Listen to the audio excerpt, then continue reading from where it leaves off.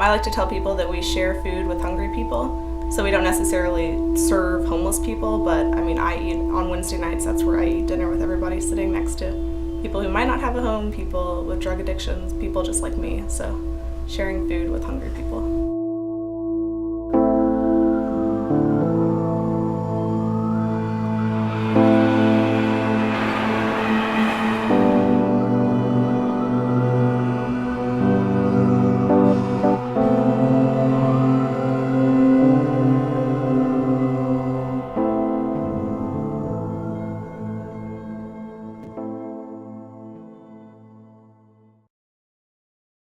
In Houston, we have well, I always say this, I don't know how accurate it is, but I think we have the largest, chapter of Food Not Bombs. It's a worldwide group, but we serve 4 nights a week, year-round, rain or shine, so that's Monday, Wednesday, and Friday at 8 p.m. and Sunday at 7 p.m.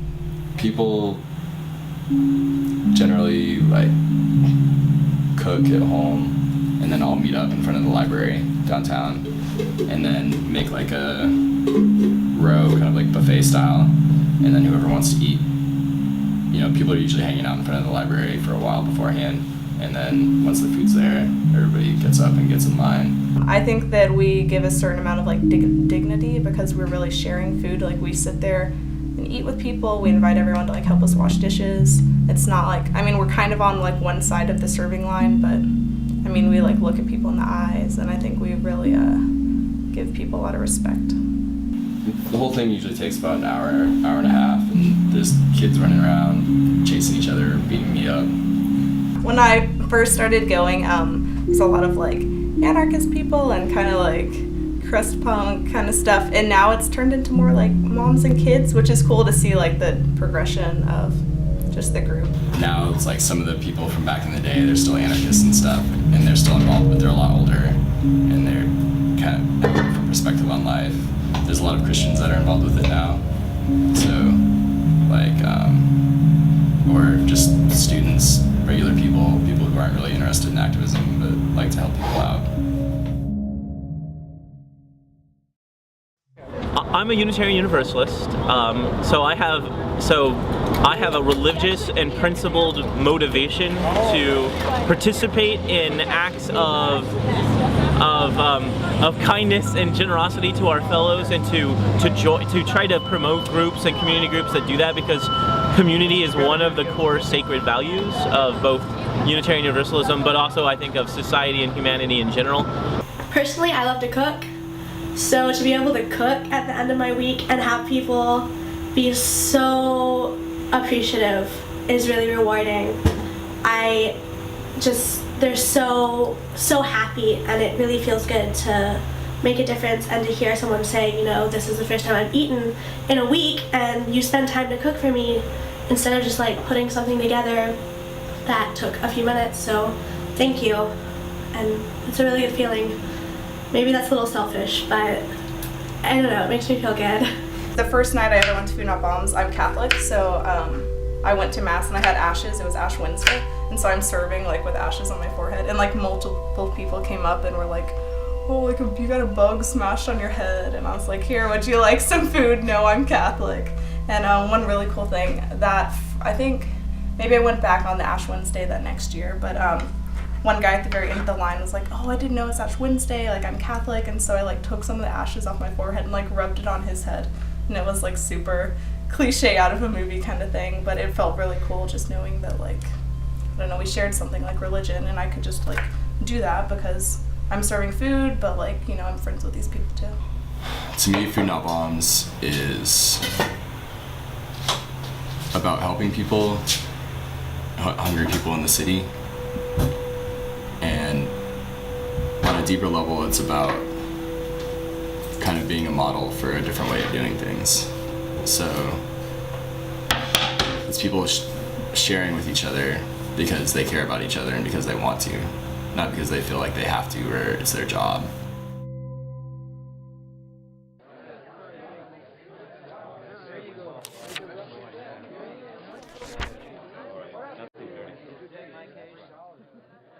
It kind of just came out of the blue for us. Somebody contacted Nick Cooper saying, hey, there's something in the Chronicle about like it's going to be illegal. Like, do you know about this? There was an initial draft of the food banning ordinance would have made it a crime to share homemade food anywhere in public, and all kinds of other crazy stipulations. And there was such a huge backlash to that from religious organizations and others that the mayor kind of came up with her own compromise. It wasn't like a compromise like with us where could we do, we were negotiating. It was more like, well, here, I'll just do a less harsh law. You have to ask for permission to serve 5 or more hungry people or needy people on private or public property. So whatever constitutes needy, because if you're at a birthday party in a park and your family really needs cake because they haven't eaten all day, like that's needy. Same as if you're a homeless person who's smells bad, isn't addicted to drugs, and they need to eat because they haven't eaten in a week, that's needy as well. So it's really weird wording, and it seems kind of, I don't know, it's weird how vague it is. They contacted the media, there was camera crews out there and everything, and like there was quite a few people, like the people that were serving were all people that were willing to get arrested. If like they told us to stop, we were just gonna say no, basically. We also got a bunch of petitions because we wanted to get it on the ballot to repeal the law, and we got like 30,000 signatures. 34. They had to be hand signed, registered voters in Houston. It's really easy to like be on the 7th floor at City Hall and making these rules, and so we definitely try to have like homeless people come in and like talk to the mayor, like, and try to look at her in the eyes and say like, how could you tell me, like, did you have breakfast this morning, because I didn't, because of this law and stuff. It was really a lot of work. I don't really know the whole story, I just like heard the secondhand, but something about she like said, well, have you checked our website because you guys have permission now? And everyone was kind of like, what? And so we checked the website and it said like these groups have permission, blah blah blah, like all this stuff, and then at the very bottom it said, and Food Not Bombs has permission to serve in front of the downtown library. So we were really caught off guard, and it kind of makes the litigation like why are we fighting it if we have permission? And I guess the mayor just decided like to give us permission without us even really asking for it. She was just tired of us bugging her.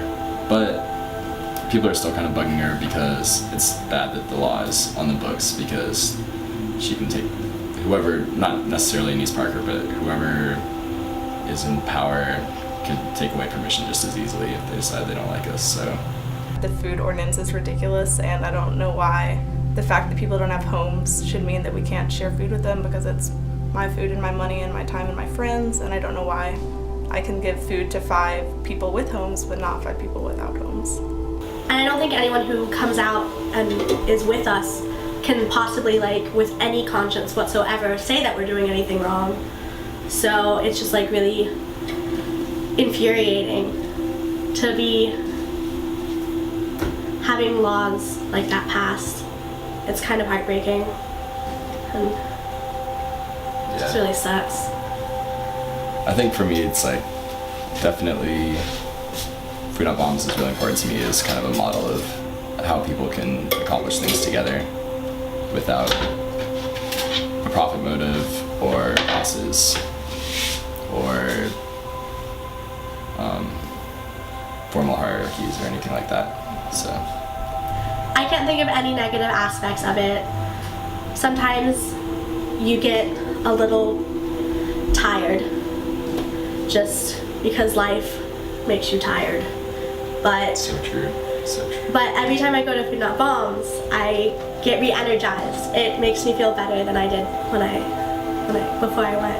I think if they like came out and served with us, they maybe could change their opinion, just because like when you like shake these people's hands and like look at them in the eyes, you know, you realize like they're people just like us, and yeah, maybe they've had some hard times, or maybe they have addiction problems that we don't even know about, or what kind of background stories. I do like coming out to help feed.